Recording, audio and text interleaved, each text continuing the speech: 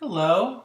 I just thought I would demonstrate one very important kind of annotation for you as you start doing your own annotations.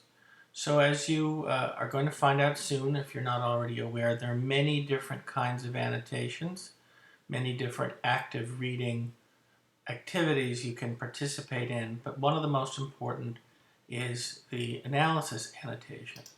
And just to remind you that analysis means breaking a text into parts, naming the parts, or one part, and then discussing its function using cause and effect words like because. So in this particular case, what I have above is a story, and I'm going to read it and then demonstrate how you might analyze it. The story is called The Murder on Crimble, and this is just the opening 3 paragraphs, and I will read them. It was a dark and stormy night on the island of Crimble when all of us found ourselves standing at 2 o'clock in the morning around what was left of Old Man Hackett in the library of McCauley Mansion. I knelt down to examine the body. Still warm, so I knew the killer had to be close. Maybe he or she was even in the very room I was standing in. But who? So this is a story, and one of the things we want to do if we're going to do analysis is break the story down into parts. And we have to name those parts. In order to do that, we need all of these words. So we're going to start just by brainstorming words that we relate to a story, sort of story keywords.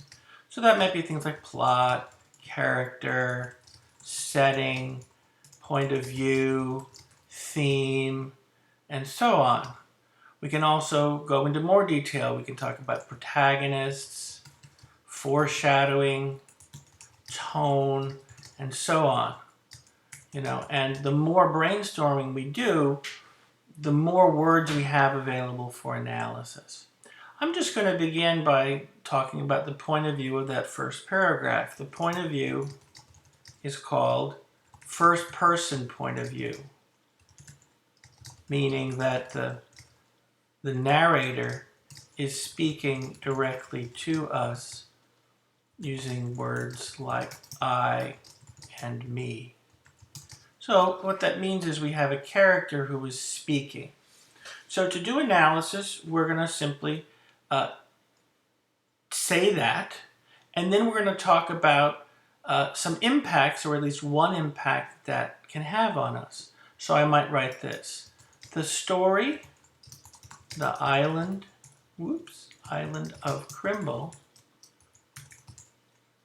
is written in the first person with a detective named Jeeves telling the story as it unfolds in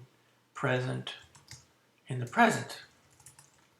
So remember, he's not saying, he's very, very involved and there in the story. So now we've sort of identified the point of view. We've written the phrase first person to indicate that.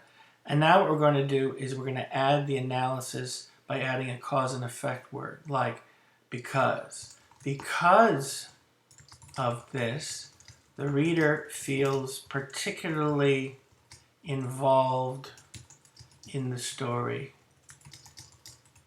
and attached emotionally to Jeeves.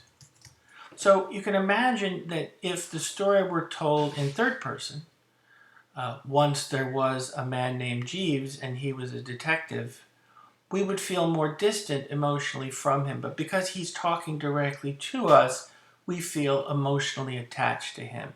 That is what we call analysis. Now, I want to get in the habit of bolding cause and effect words, so I've gone ahead and bolded the word because. And that's how analysis works. We're going to practice it a lot, but that's sort of the basics. I'm going to let you read this at your leisure, and we'll be practicing it more. Hope this is helpful.